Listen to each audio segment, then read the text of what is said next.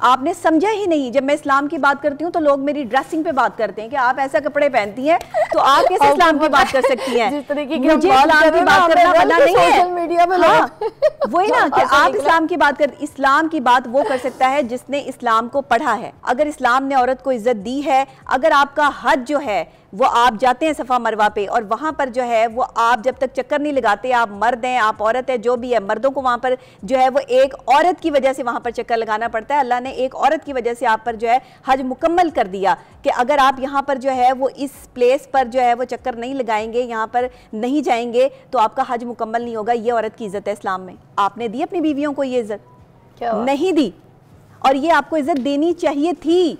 फिर प्यार से शादी, मोहब्बत की, उन्हें पसंद से शादी की हुई है, तो फिर हमारा दीन तो इन चीज़ों की इजाज़त दे रहा है। अब मुझे यहाँ इलेबरेट कीजिए, ऐसी बेचारी औरतें क्या करें, फिर क्या करें? अगर दीनदार देख लें तो अब हमारा माशरा तो यहाँ पे ये चीज़ें भी आप लगाते तो सोशल मीडिया में नीचे लिख देते बहन ये क्या पहनी हो। सही दीनदार शकी नहीं होगा, सही दीनदार अपनी बीवी पर जो पाबंदी नहीं करेगा।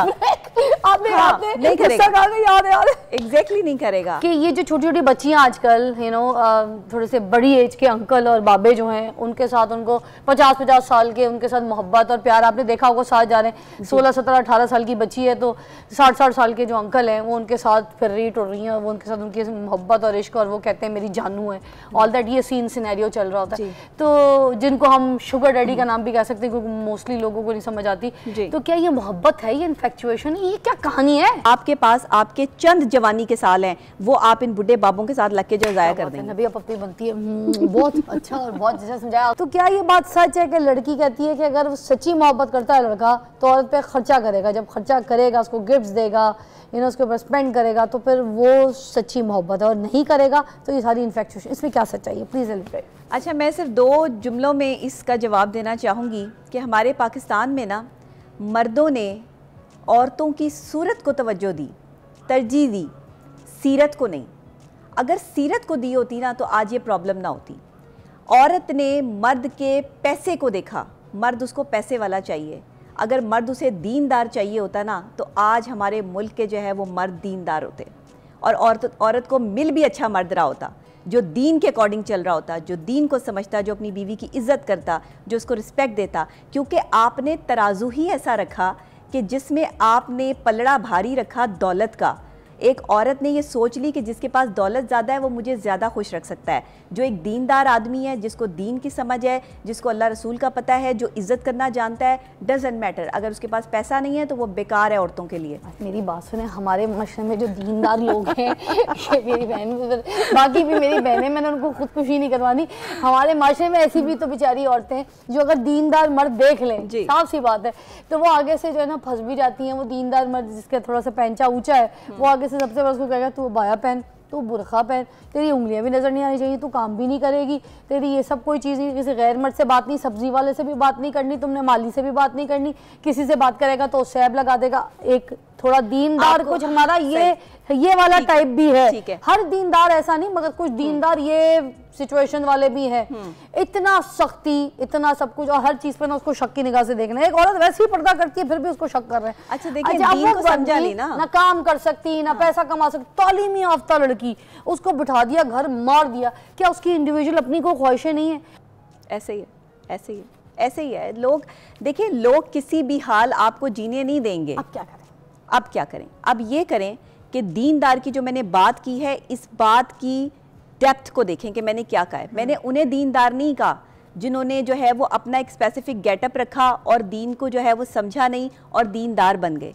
सही दीनदार होना चाहिए, क्योंकि अगर आप सही दीनदार नहीं है, मुनाफिकत जब कूट के भरी हुई होगी तो फिर आपके मुल्क में यही होगा जो हो रहा है। फिर आपको ट्रू लव में और सिर्फ एक अट्रैक्शन में फर्क मालूम नहीं होगा। अब औरत को पैसे वाला बंदा भी तो चाहिए जो उसके खर्चे उठा सके, पैसा जरूरी है, घर के बच्चों की पढ़ाई के, उसके कपड़े लत्ते के।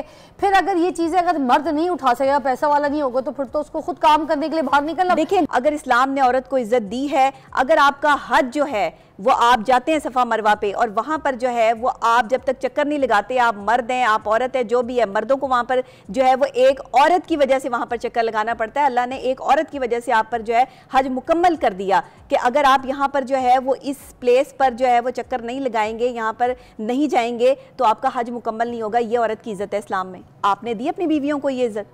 नहीं दी, और ये आपको इज़्ज़त देनी चाहिए थी, आपने समझा ही नहीं। जब मैं इस्लाम की बात करती हूँ तो लोग मेरी ड्रेसिंग पे बात करते हैं कि आप ऐसा कपड़े पहनती हैं तो आप कैसे इस्लाम की बात कर सकती हैं। मुझे इस्लाम की बात करना मना नहीं है, मीडिया में वही ना कि आप इस्लाम की बात कर, इस्लाम की बात वो कर सकता है जिसने इस्लाम को पढ़ा है, इस्लाम को समझा है, समझे इस्लाम को। सही दीनदार, बात इनकी सही है, मगर सही दीनदार जो सही दीनदार, उसके लिए भी हम बात करें। सही दीनदार शकी नहीं होगा, सही दीनदार अपनी बीवी पर जो पाबंदी आयद नहीं करेगा, आपने नहीं करेगा, एग्जैक्टली नहीं करेगा। आए जा रहे आमद हो रही है। अच्छा मुझे ये बताइएगा, बात तो सही है क्योंकि पिछली टॉपिक की हम जो है वो वजाहत करते हैं यहाँ पर कि इस्लाम में भी हमें यही हुक्म दिया गया है, हमें यही कहा गया है कि अगर किसी चीज़ में ऑप्शन रखनी है लड़के में या लड़की में, तो सबसे पहले लड़की भी दीनदार ऑप्शन जो वो पहला पिक करे, लड़का भी दीनदार ऑप्शन पिक करे।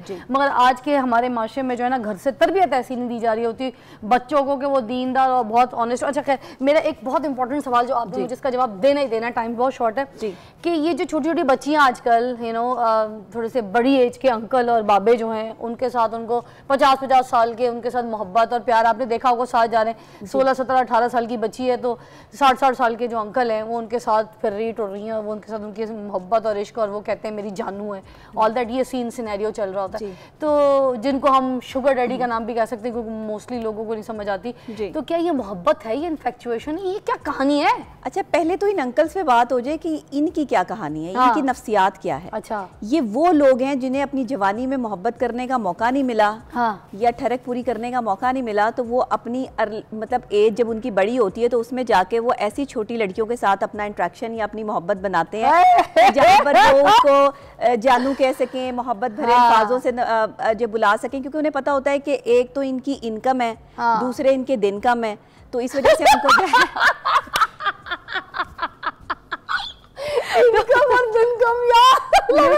तो ये वाला हिसाब किताब होता है। और लड़कियों को भी पता होता है कि इनकम ज्यादा है और दिन कम है, तो ठीक है लगे रहो। ये है आपका पाकिस्तान का शुगर डैडी। ये मोहब्बत नहीं है, ये मोहब्बत नहीं है, ट्रू लव भी नहीं है। नो नो, ये कोई मोहब्बत और वो उसको आगे से कहते हैं कि जो बुढ़ापे की मोहब्बत है ना वो बड़ी स्ट्रांग होती है। भाई केड़ी मोहब्बत है? बुढ़ापे में मोहब्बत क्या स्ट्रांग होगी? बुढ़ापे में आप किसी का हाथ नहीं सही तरह पकड़ सकते तो आप मोहब्बत क्या करेंगे? तो मोहब्बत जो है वो किसी और चीज का नाम है। जो लोगों ने यहाँ पे मोहब्बत जो है वो बना ली है ना, मोहब्बत ये नहीं है। सोल्यूशन क्या है? बच्चियां जो है इस तरीके से ट्रॉमा या दिमाग में ना पड़े, प्लीज। नौजवान लड़कों को कहूंगी कि पैसे कमाने शुरू करो, अपनी लाइफ को स्टेबल करो। नौजवान लड़के पाकिस्तान में दर बदर फिर रहे हैं कि उन्हें रिश्ते मिल जाएं, उनके लिए कोई लड़कियां आ जाएं। जवान लड़कियां यहाँ पे बूढ़े बाबों के साथ जो है वो रिलेशनशिप में है और उनके पैसे इस्तेमाल कर रही हैं। किसी ने उन्हें गाड़ी लेके दी है, किसी ने उन्हें घर ले दिया है, किसी ने उनको कपड़े ले दिए हैं, किसी ने उनके खाने पीने के अखराजात उठा लिए। सब ऐसे नहीं होते, मैं पहले बता दूं, लेकिन मेजॉरिटी जो आपके यहाँ ये प्रॉब्लम चल रही है वो यही है। अगर आपने इस पे काम ना किया और अगर आपने अपने माइंडसेट को तब्दील ना किया तो आगे आने वाले वक्त में आपका वो प्रीशियस टाइम जो साइकोलॉजिकल पॉइंट ऑफ व्यू से आपके पास आपके चंद जवानी के साल हैं वो आप इन बुढ़े बाबों के साथ लग के जो ज़ाया कर देंगे। नबी अपनी बनती है। बहुत अच्छा और बहुत जैसा समझाया। आखिरी में सिर्फ इतना सा बोलना चाहूँगी, आपके घर में जब बेटियाँ आप जिनको जिस तरीके से भेजते हैं कॉलेज स्कूल फ्रेंड्स लोगों के घर, तो आपने एक चीज़ अपनी आंख सबसे पहले ये रखनी है कि अगर आपकी बेटी के हाथ में कोई महंगा मोबाइल है, आपको पता करना है कि किसने दिया है, क्योंकि उसको कोई दोस्त नहीं दे सकती, उसकी कोई सहेली नहीं उसके साथ शेयर कर सकती, या उसको किसी और ने कोई बेटा बना के कोई आंटी ने नहीं दिया होगा। अगर आया है तो ये मोबाइल महंगा कहाँ से आया और उसके मोबाइल पर अगर इजी लोड हो रहा है, जितने पैसे आपने नहीं दिए वो कहाँ से हो रहे हैं ये भी पता करना है। और उसकी शॉपिंग और उसकी अलमारी में चेक कीजिए कौन कौन सी ऐसी महंगी चीज़ें ज्वेलरी और कैसे ये पिक एंड ड्रॉप इतनी महंगी गाड़ियों में आ रही जा रही है। सारी चीज़ों पर नज़र रखें, कोई सहेली नहीं होगी। अल्लाह हाफ़िज़।